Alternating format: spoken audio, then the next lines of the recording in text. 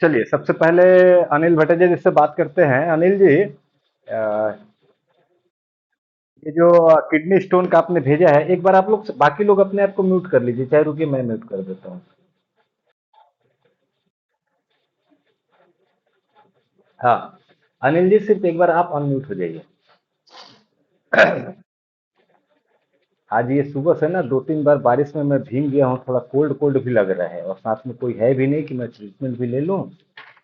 खैर, तो जो भी रिपोर्ट आपने भेजी थी वो मई महीने से किडनी स्टोन का जो ट्रीटमेंट आप कंटिन्यू कर रहे हैं। एक मिनट मैं देखता हूँ। अ, वो टू पेन से जो स्टार्ट है वही वाला दे रहे हैं ना? रुकिए रुकिए मैं।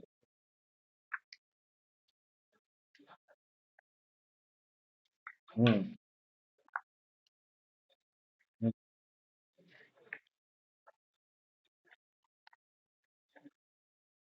अच्छा।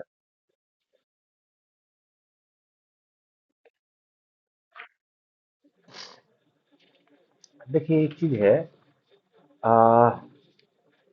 कुछ कुछ चीजों में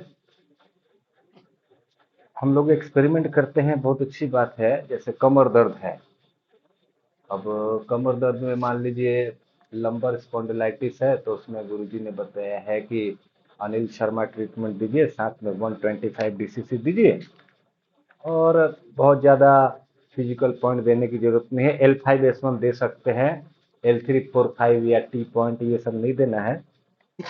तो उसमें खैर वो क्या है, पेन वाली चीज है ना, तो उसमें हर एक पेशेंट के हिसाब से, अपने एक्सपीरियंस के हिसाब से हम उसमें चेंजेस या ऐड कर सकते हैं, क्योंकि वो फेस टू फेस हमें दिखता है। जब बंदा आज ट्रीटमेंट लेके गया, कल आएगा तो बताएगा ना कि हाँ दर्द कम हुआ है या ज्यादा हुआ है।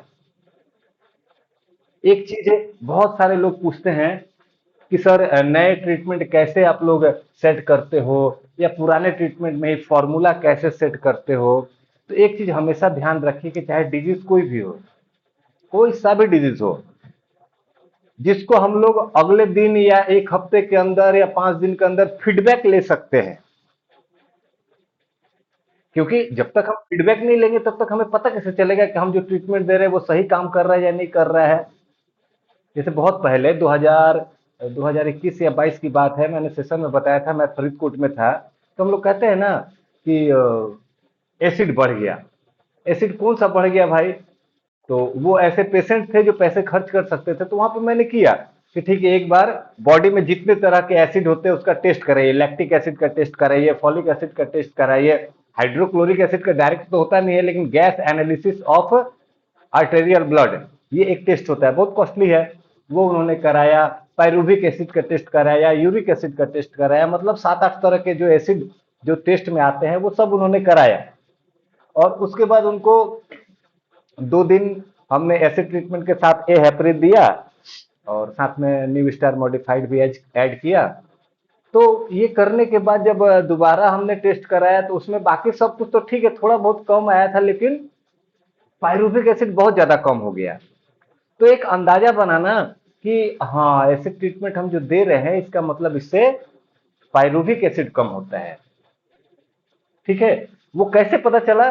क्योंकि तुरंत हमें उसका फीडबैक मिला। अगर फीडबैक नहीं मिलता तो कैसे पता चलता? तो अब वैसे किडनी स्टोन का है, मान लीजिए किडनी स्टोन में किसी को अभी बहुत तेज दर्द हो रहा है स्टोन के कारण, तो हम उनको जो भी ट्रीटमेंट देंगे उसका हम लोग इमीडिएट फीडबैक ले सकते हैं कि ट्रीटमेंट दिए तो अभी दर्द कम हुआ या नहीं हुआ, या फिर एक दिन के अंदर कम हुआ कि नहीं हुआ। लेकिन अगर दर्द नहीं है, फिर हम फीडबैक कैसे लेंगे? तो जहां पे फीडबैक हम नहीं ले सकते हैं, वहां पे मेरे को ऐसा लगता है कि बहुत ज़्यादा एक्सपेरिमेंट नहीं करना चाहिए, क्योंकि जब तक फीडबैक नहीं मिलेगा हमें पता कैसे चलेगा कि हमारा एक्सपेरिमेंट जो है वो सही चल रहा है कि नहीं चल रहा है। तो वैसे मामलों में मेरे को लगता है कि गुरु जी का बताया हुआ ठीक है, उसके साथ ज़्यादा छेड़छाड़ नहीं करनी चाहिए। तो जैसे कोई भी बुक है गुरु जी का अगर आपके पास, जिसमें किडनी स्टोन के बारे में उन्होंने लिखा है, तो उसको एक बार पढ़िए, और उसमें जो है दिया हुआ उसी को यूज कीजिए। क्योंकि मेरे को नहीं लगता है कि किडनी स्टोन से जुड़ा हुआ कोई नया एक्सपेरिमेंट कर सकता है भाई। मेरे जैसा बंदा तो नहीं कर सकता हूँ मैं, उतनी अकल है नहीं कि उसमें क्या मैं ऐड करूं, क्या रिलीज करूं। तो वो जो है, गुरुजी ने बताया है कि किडनी स्टोन है, तो पहले तो एक बार किडनी स्टोन के बारे में पढ़ लो। वो गुरुजी का अगर वेद है, जो 4 नंबर का वेद है, वेद।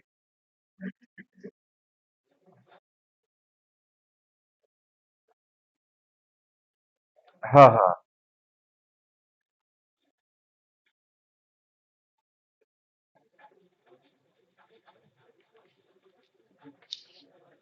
कुछ कुछ चीज देखिए।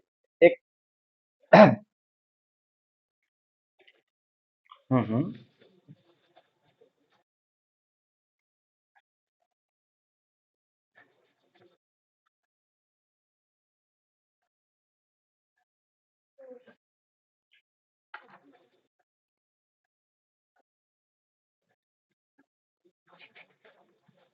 हम्म। तो अभी लास्टली आपने क्या ट्रीटमेंट दिया था? जस्ट अभी आपकी मेरी बात हो रही है, आपने रिपोर्ट्स वगैरह जो भेजा, अभी मान के चलिए कल परसों तक, एक हफ्ते पहले तक आपने क्या ट्रीटमेंट दिया है? एक चीज देखिए। हाँ, देखते रहिए। अच्छा, हाँ, जाहिर सी बात है, मान लीजिए 1 महीना 1.5 महीना बंदा इलाज कराया और 1% भी प्लस माइनस नहीं हुआ, तो जाहिर सी बात है, ये तो बहुत दुख की बात है। बट एक चीज देखिए। हाँ।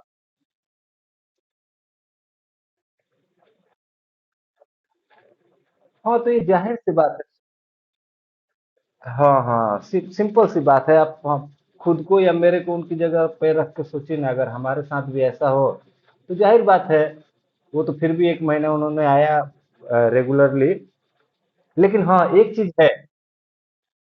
एक चीज बताइए, ये 2 ढाई महीने में, एक मिनट रुकिए, कोई कॉल आ गया है बहुत इमरजेंसी, मैं थोड़ी देर के लिए म्यूट कर रहा हूँ सभी को। हेलो। कहाँ पे हैं आप? ठीक है, मैं बाहर आ रहा हूँ।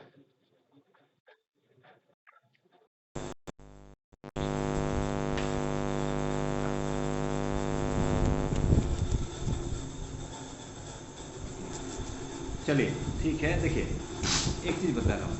अभी आपके पास कोई सा भी बुक हो, अगर गुरु जी का लिखा हुआ बुक है, तो उसमें उन्होंने कुछ चीज़ें बताई है किडनी स्टोन को लेकर के। अगर आप पढ़ोगे, कारण 50 बताए गए हैं कि इस कारण से हो सकता है, इस कारण से हो सकता है, ये सिम्टम होगा, वो सिम्टम होगा, ऐसा होगा, वैसा होगा। लेकिन जब ट्रीटमेंट की बात आती है, जब भी ट्रीटमेंट की बात आती है, तो उन्होंने कुछ चीज़ें क्लियर लिख रखी है, आप उनके बुक में पढ़ना, कि सबसे पहला काम कि आपको ट्रीटमेंट में लीवर जीरो म्यूकोस जीरो तो यूज करना पड़ेगा। कोई उपाय नहीं, आप 3 वाला करो, मैक्सिमम जगह पे 3 वाला ही किया जाता है। कुछ कुछ लोग 7 वाला भी करते हैं, 5 वाला भी करते हैं, 1 वाला भी करते हैं। कुछ लोगों को मैंने देखा 1 वाला यूज करते हैं 3 बार। तो उनको भी सोचना ठीक है कि माइल्ड वाला 3 बार देंगे, एक बार में 3 वाला दे, उससे अच्छा है माइल्ड वाला 3 बार दें, तो वो एक तरह से सही है। तो लीवर जीरो म्यूकोस जीरो तो हमें यूज़ करना पड़ेगा, पहला चीज़ गुरु जी के बुक में ये लिखा हुआ है। दूसरा चीज़, हमें थाइमस का इस्तेमाल करना पड़ेगा, क्योंकि बिना थाइमस दिए, थाइमस पॉइंट जो होता है बहुत सारी चीज़ों में काम करता है, लेकिन शायद आप लोगों ने पढ़ा होगा, याद है कि नहीं याद है। थाइमस जो है ये डायरेक्टली कैल्शियम पे काम करता है, और ये स्टोन बनता है किस चीज़ का? कैल्शियम ऑक्सलेट का बनता है। तो कैल्शियम के ऊपर कुछ भी चीज़ करना है तो हमें थाइमस का यूज़ करना पड़ता है। अभी थाइमस यहाँ पे करता क्या है? वो स्टोन को तोड़ता मरोड़ता या बढ़ाता कुछ नहीं है। वो क्या करता है? उसको स्मूथ बनाता है। जैसे स्टोन है तो वो ट्रायंगल शेप में हो सकता है, रेक्टेंगुलर शेप में हो सकता है, चावल के दाने की तरह हो सकता है, कुछ भी हो सकता है। वो उसको स्मूथ बनाता है, मटर की तरह एकदम गोल, ताकि उसको अगर निकलना भी है तो वो इजीली बाहर निकल जाए। इसलिए हमें थाइमस देना ही देना पड़ेगा। और सबसे अंतिम बात जो उन्होंने बताई थी कि हमें सोमेटोस्टेटिन का यूज़ करना पड़ेगा, ताकि और कैल्शियम ऑक्सलेट आके उसके ऊपर डिपोजिट ना हो, अननेचुरली वो ना बढ़े। तो ये कुछ कुछ चीज़ें हैं जो हमें यूज़ करनी पड़ेगी। इसके साथ आप कुछ भी ट्रीटमेंट यूज़ करो, कुछ भी। ये जो WD वाला पॉइंट है, WD वाला पॉइंट वाला जो है हम लोग तब यूज़ करते हैं जब दोनों किडनी में स्टोन हो, भले एक में छोटा है एक में बड़ा है, नो प्रॉब्लम, लेकिन दोनों में है। क्या चीज़? हाँ, यहाँ पे हम लोग WD यूज़ कर सकते हैं, लेकिन सिर्फ एक किडनी में है, किसी में भी है, किसी एक में लेफ्ट में है या राइट में है, तो WD यूज़ करके फ़ायदा नहीं है। WD कब यूज़ करेंगे? जब दोनों में है, ठीक है।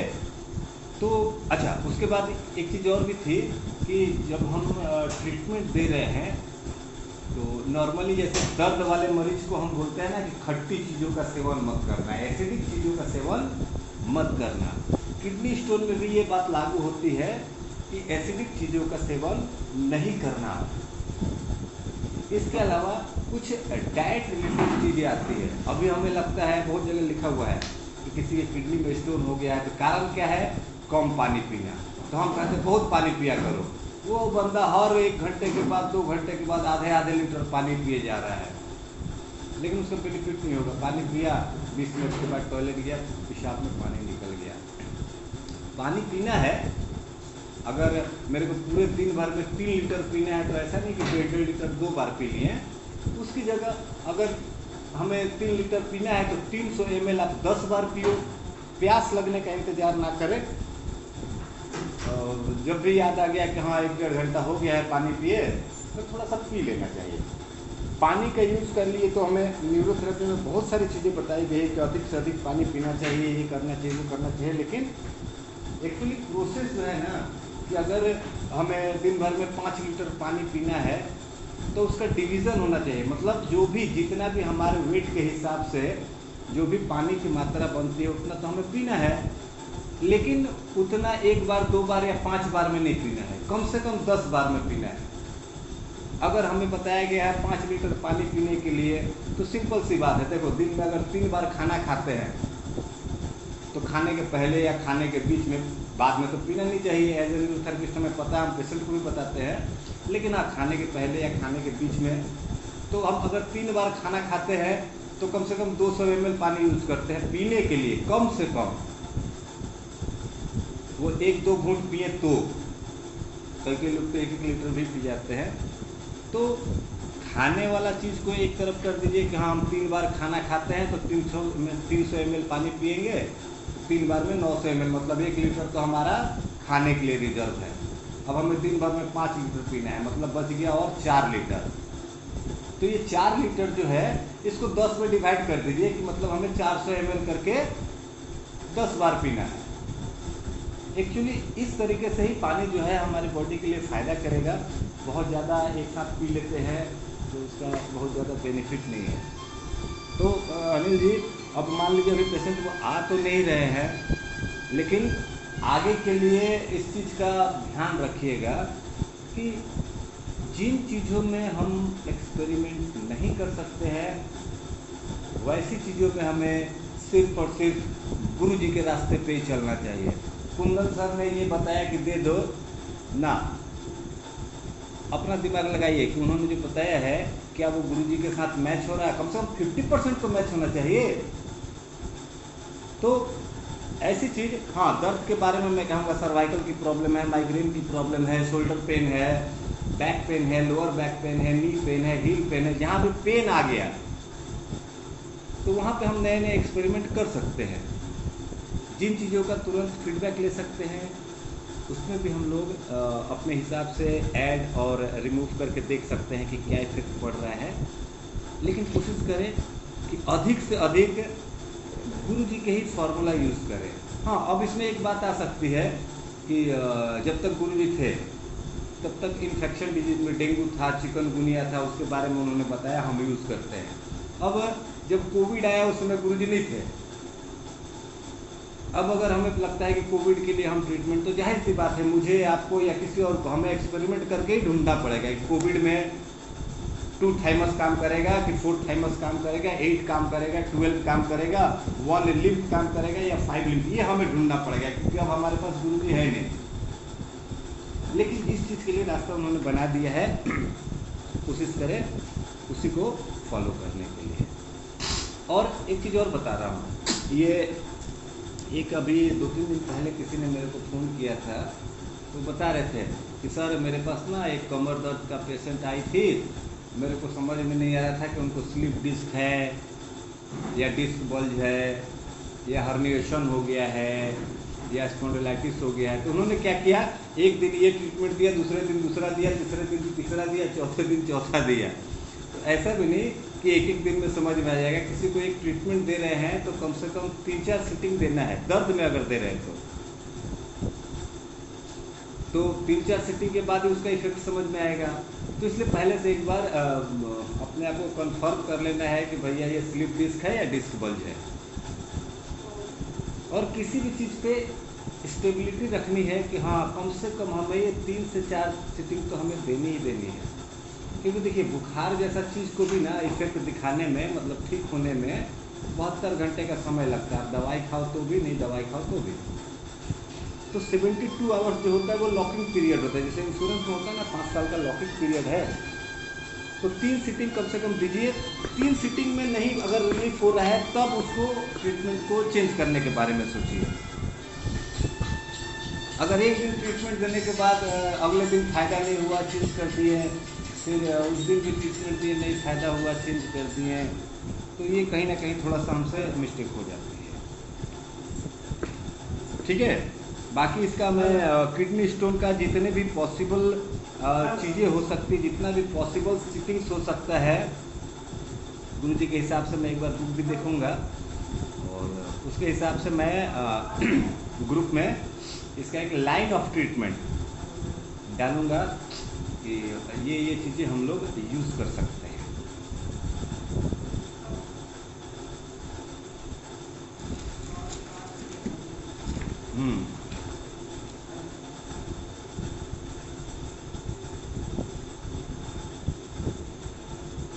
ओके,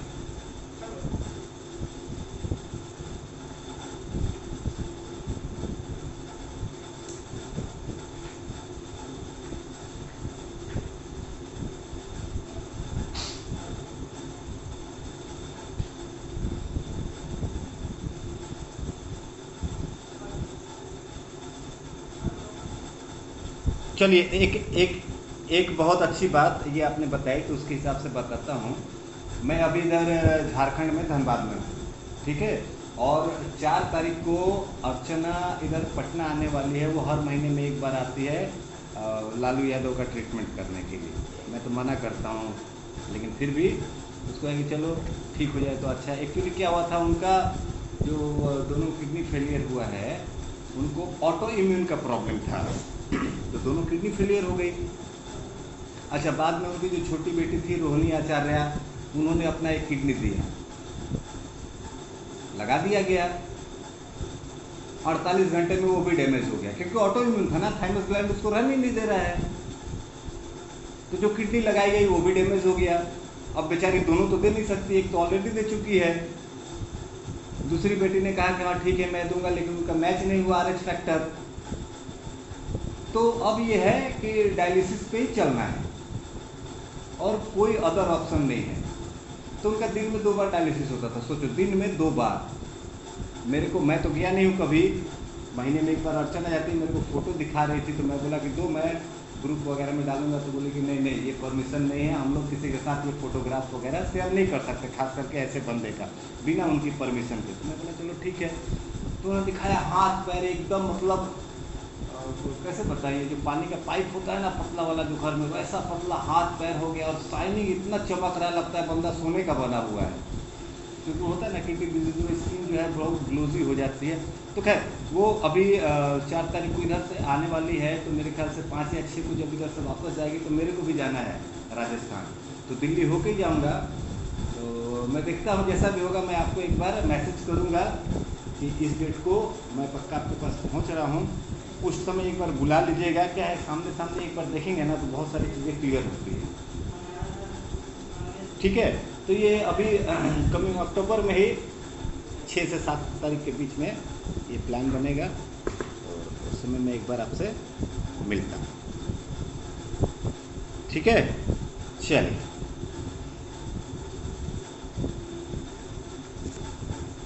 फिलहाल उनको अभी आप बुलाएंगे तो एक काम कीजिएगा, सबसे पहला काम कीजिए, उनको 2 पेन तो दीजिएगा। किसी के भी बोलने पे किडनी स्टोन चाहे किसी भी कारण से आए और 2 पेन आपको देना ही पड़ेगा, उसमें अपना दिमाग नहीं लगा सकते हैं। सेकंड में, हाँ सेकंड में क्या है, एसिड ट्रीटमेंट देना है थाइमस वाला। अब इसमें दिमाग लगा सकते हैं कि एसिड ट्रीटमेंट आप चाहे तो माइल्ड दे सकते हैं, चाहे तो फुल दे सकते हैं।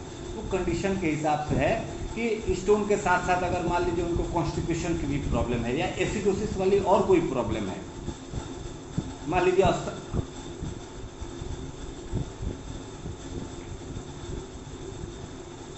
तो इसका मतलब क्या है ना, यूरिनरी ब्लैडर भी लूज है, तभी वो प्रेशर नहीं बन रहा है। ठीक है, तो लूज होने का कारण क्या है, एसिडोसिस है। तो यहाँ पे एसिड ट्रीटमेंट दीजिएगा तो फुल वाला दीजिएगा, 3 गॉल वाला, 1 गॉल वाला नहीं। ठीक है, 3 गॉल वाला एसिड ट्रीटमेंट दीजिए, लेकिन उसके लास्ट में थाइमस रहेगा, 4 थाइमस प्लस चेस्ट। इसी तरह 3 वाला अगर किडनी क्लियर दे रहे हैं तो किडनी क्लियर में भी liver 0, mucus 0, thymus chest only, और राउंड एरो नहीं करना है, थाइमस ही देना है। तो नॉर्मली अभी तक क्या होता था कि 3 लीवर 0, 3 म्यूकस 0 और 4 थाइमस प्लस चेस्ट देते थे। लेकिन मैंने बताया ना, इस बंदे का मैंने देखा और ये मेरे को अच्छा लगा, मैंने ट्राई भी किया इसको बहुत लोगों पे, तो इसका मतलब पॉजिटिव बेनिफिट ही मिला कि 3 वाला जो हम लोग यूज़ करते हैं, एक बार देते हैं 3 लीवर 0, 3 म्यूकस 0 ए और 4 थाइमस प्लस चेस्ट, उसकी जगह पे अगर 1 liver 0, 1 mucus 0, 2 thymus plus chest देते हैं और इसको मल्टीप्लाइड 3 करते हैं तो इसका ज़्यादा अच्छा इफेक्ट है। ठीक है, तो 2 पेन हो गया, एसिड ट्रीटमेंट हो गया फुल वाला थाइमस के साथ, और लास्ट में किडनी क्लियर का 3 वाला या तो दीजिए, चाहे 1 वाला 3 बार दे दीजिए। ठीक है, और जो मैंने बताया और कुछ चीज़ें, जैसे वाटर इनटेक एक बार में बहुत ज़्यादा नहीं कर लेना है। एक बार में ज़्यादा वाटर इनटेक कर देंगे तो जल्दी जल्दी यूरिन निकालने के चक्कर में कहीं ऐसा ना हो कि किडनी से स्टोन निकल के यूरेटर में फंसे। आज मेरे पास एक केस आया था, उनके लेफ्ट किडनी में सिस्ट भी था और स्टोन भी था, कैल्कुली भी था। अब कहीं वो कोई आयुर्वेदिक डॉक्टर के पास गए थे, उन्होंने बोला था कि हाँ गला के निकाल देंगे। अब वो डॉक्टर सही थे, उन्होंने दवाई दिया, उससे गलना तो शुरू हुआ। अब गल तो वो साइज जैसे ही छोटा साइज का हुआ, वो आकर के यूरेटर में फंस गया है। अब बहुत तेज दर्द हो रहा था, तो आज वो आए तो मैंने तो अभी ट्रीटमेंट दिया है। शाम को फ़ोन किया मैंने तो बताया कि हाँ अभी दर्द ठीक है, एकदम बिल्कुल दर्द नहीं है। मैं क्या, अगर कल सुबह तक भी दर्द नहीं होगा तो समझ लेना वो यूरेटर से निकल के यूरिनरी ब्लैडर में आ गया है। तो अभी देखते हैं कल क्या होता है। ठीक है,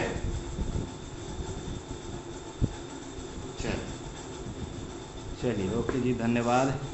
आगे बात करते हैं। सोनू जी एक बार अनम्यूट हो जाइए। नमस्कार नमस्कार, बहुत दिनों बाद आवाज़ सुनने को मिली आपकी।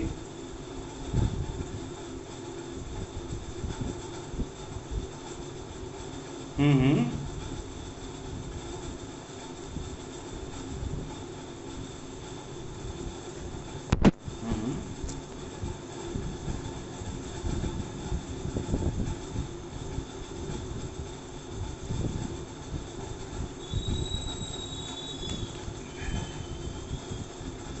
हम्म।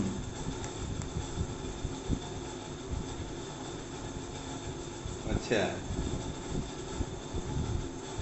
अच्छा अच्छा, हाँ हाँ, होता है, बहुत सारे लोगों को होता है। देखो, ये एक एक तो पॉइंट है थाइमस, एक पॉइंट है गॉल। ये 2 पॉइंट ऐसा है ना, जब भी किसी को देते हैं तो अगर उनका ट्रेकिया या एल्वेलॉय, ये ट्रेकिया और एल्वेलॉय कैसे समझाए। ट्रेकिया मतलब हो गया फेफड़े में जाने वाला पाइपलाइन, और लास्ट में जो ऐसा पॉइंट होता है जहाँ से ऑक्सीजन कार्बन डाइऑक्साइड एक्सचेंज होता है तो उसको एल्वेलॉय कहते हैं। ये दोनों अगर वीक है तो उनको गॉल का पॉइंट या थाइमस का पॉइंट देने के पहले बहुत सोच समझ के देना पड़ता है। ऐसे केस में थाइमस, देखिए बिना थाइमस के तो वो सही से इंजरी में काम होगा नहीं, थाइमस हमें देना ही पड़ेगा। ठीक है, हम 8 नहीं देंगे, 4 नहीं देंगे, उसकी जगह 2 थाइमस यूज़ करेंगे। थाइमस चेस्ट नहीं देंगे, थाइमस ओनली यूज़ करेंगे। थाइमस ओनली देने के बाद भी अगर प्रॉब्लम रहता है तो सिर्फ और सिर्फ चेस्ट ओनली यूज़ करेंगे। हाँ, सिर्फ और सिर्फ चेस्ट ओनली यूज़ करेंगे, उसमें थोड़ा लंबा टाइम लगेगा। तो वैसे कंडीशन में अगर हम इंजरी ट्रीटमेंट देते हैं, जैसे 1 गॉल 4 लीवर 4 चेस्ट ओनली, तो हमें थाइमस से दिक्कत हो रहा तो 1 गॉल 4 लीवर 4 चेस्ट ओनली दिया, ठीक है, नो प्रॉब्लम। सेकेंड में देंगे 1 गॉल 4 लीवर, अब 4 थाइमस प्लस चेस्ट देंगे तो गड़बड़ है, तो उसकी जगह या तो हम सिर्फ 4 थाइमस ओनली देंगे। अगर उससे भी दिक्कत हो रहा है तो 2 थाइमस ओनली देंगे। अगर 2 थाइमस से भी दिक्कत हो रहा है तो सिर्फ वहाँ पे चेस्ट ओनली देंगे। उसके पहले जो 1 गॉल 4 लीवर 4 चेस्ट ओनली देंगे, उसके पहले 5 लिम्फ ऐड कर देंगे, क्योंकि लिम्फ जो है वो भी WBC क्रिएशन को बढ़ाता है। अगर कोई ऐसा बंदा है जिसको लिम्फ भी नहीं दे सकते हैं तो उसको स्प्लीन देंगे, गॉल के बाद स्प्लीन ऐड करेंगे, 1 gall 1 spleen 4 liver 4 chest only, ऐसा करेंगे, ठीक है।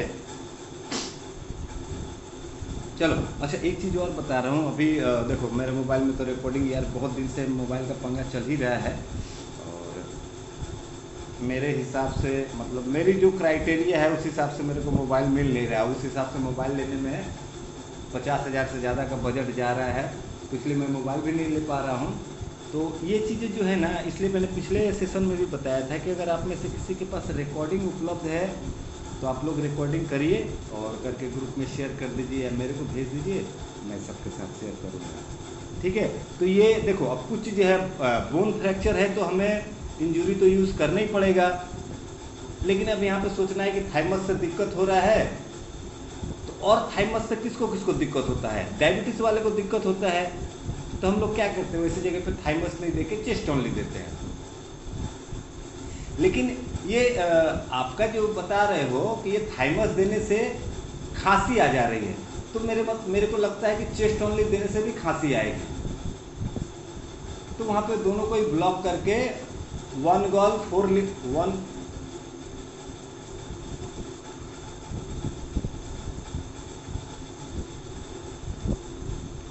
हाँ हाँ, वैसे जगह पे ना हम छाती वाला कोई काम करेंगे ही नहीं। हम क्या करेंगे, सिंपल 1 गॉल 4 लीवर देंगे, लेकिन 1 गॉल के पहले 5 लिम्फ ऐड कर देंगे, ठीक है। अच्छा सुनो, तो मीटिंग जो है और 10 मिनट रहने वाली है, तो अभी जैसे अभी झूमर मैम से बात करना है, सना से बात करना है, बिल्किस मैम से बात करना है, इनका वो क्या खाना है, पाव भाजी भी खाना है, तो अगर ज़रूरत पड़ता है तो फिर से दोबारा ज्वाइन कर सकते हैं, ठीक है। चलिए, तो ये चीज़ ध्यान रखिएगा। आप एक काम कीजिए, और कुछ नहीं, 5 लिम्फ 1 गॉल 4 लीवर, बस इतना लीजिए, ठीक है।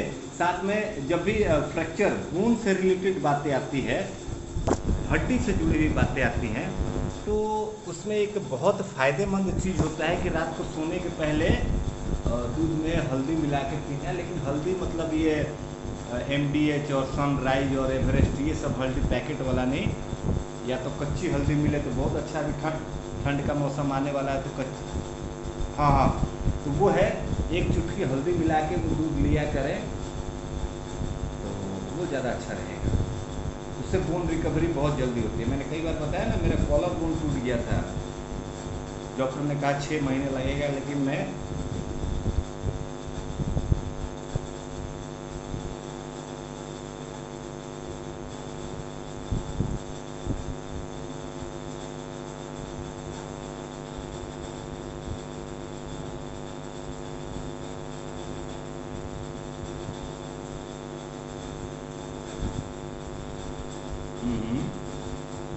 ओके,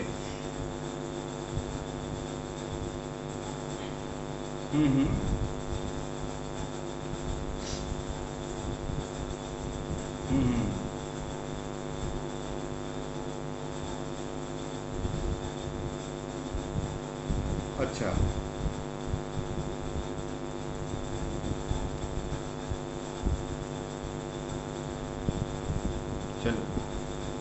चलिए ठीक है।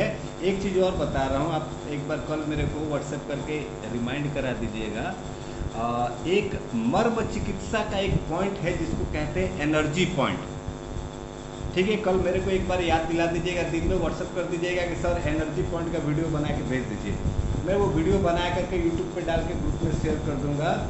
ये किसी भी तरह का इंजरी, किसी भी तरह का इंजरी मतलब हड्डी टूट गया इंजरी है, चलते चलते पैर मुड़ गया इंजरी है, किसी भी तरह का एक्सटर्नल या इंटरनल इंजरी हो जाए, जैसे कहते हैं ना ऑस्टियोफाइट्स, घुटना ऐसे ऐसे मुड़ रहा था, वहाँ से हड्डी घिस के निकल के बीच में फंस गया, वो ऑस्टियोफाइट हो गया, तो वो भी एक तरह से इंटरनल इंजरी है। इंटरनल इंजरी कहीं भी होता है तो वहाँ पे एज ए फिजिकल पॉइंट मर्मा का एक बहुत अच्छा पॉइंट है, एनर्जी पॉइंट कहते हैं। ये हमारे हीलिंग प्रोसेस को तेज करता है। जैसे एज ए न्यूरोथेरेपिस्ट हमें लगता है कि हाँ इस इंजरी को ठीक करने में मुझे 7 सेटिंग करना पड़ेगा, 1 हफ्ता करना पड़ेगा, लेकिन ट्रीटमेंट के साथ मैंने करके देखा वो एनर्जी पॉइंट दे रहे हैं, तो जो मेरे को 7 दिन का रिजल्ट एक्सपेक्टेड था वो 5 दिन में मिल जाता है। तो कल मेरे को एक बार याद दिला दीजिएगा, मैं इसका वीडियो बना के भेज दूँगा।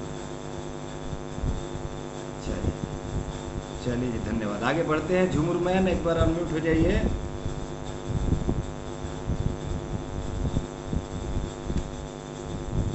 गुड इवनिंग, कैसे हैं? ये क्या हुआ, मेरा मोबाइल ठीक हुआ तो लग आपकी?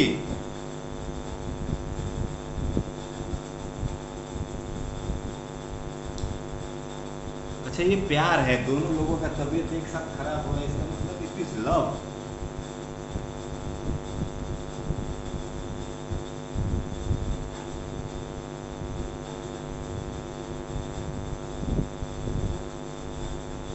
अब आप कपड़े के दुकान में जाके पूछेंगे कि क्या मैं रोज साड़ी पहनती हूँ, क्या मैं लहंगा पहनूंगी तो अच्छा लगेगा, तो क्या दुकानदार क्या बोलेगा आपको कि नहीं अच्छा नहीं लगेगा?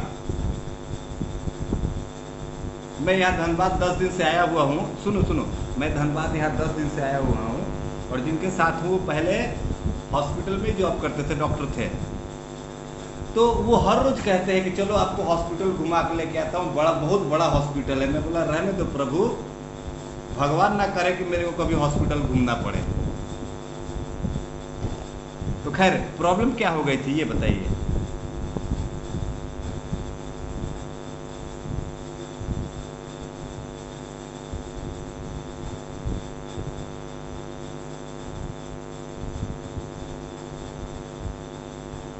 हाँ तो ये गड़बड़ कर दिया ना, ये सुनिए ये गड़बड़ कर दिया, हस्बैंड को भेज दिया एमपी और आप चले गए राजस्थान, दोनों को साथ में जाना था ना, फिर गड़बड़ नहीं होता।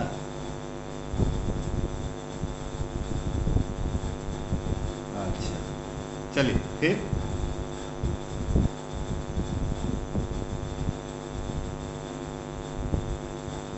वाह बहुत बढ़िया।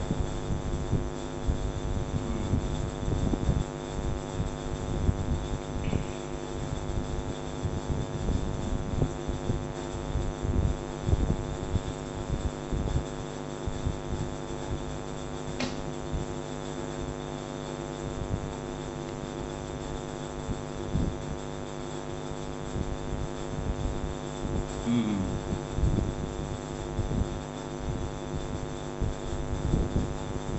हम्म, अच्छा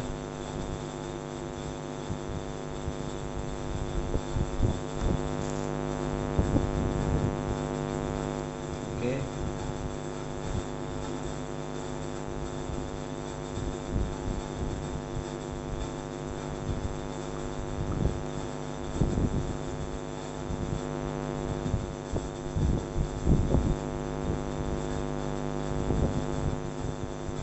अच्छा हम्म,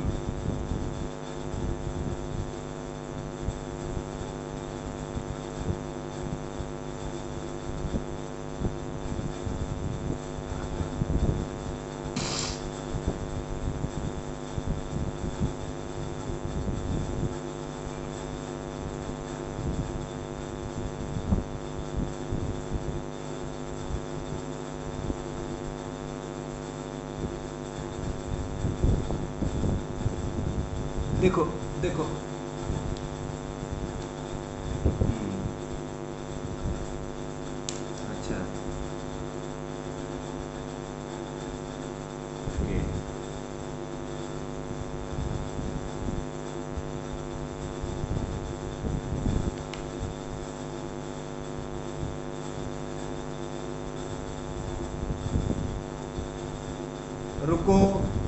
रुको रुको, अभी सॉल्यूशन पहले किसका पूछना है, हस्बैंड का कि आपका? दोनों बता देंगे तो मैं कंफ्यूज हो जाऊंगा। अगर हस्बैंड का पूछ,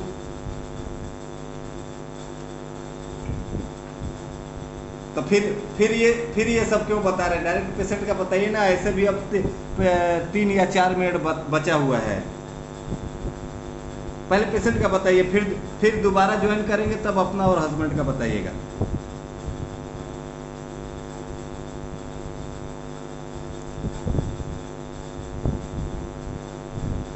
ओहो, तो फिर क्यों पूछ रहे? पहले उनका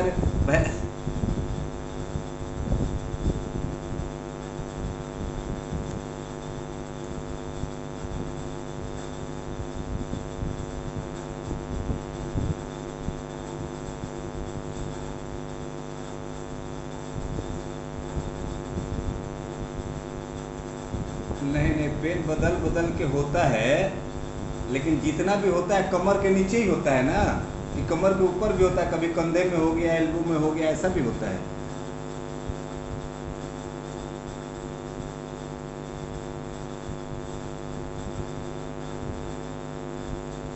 मतलब पूरी बॉडी में कहीं भी हो जाता है।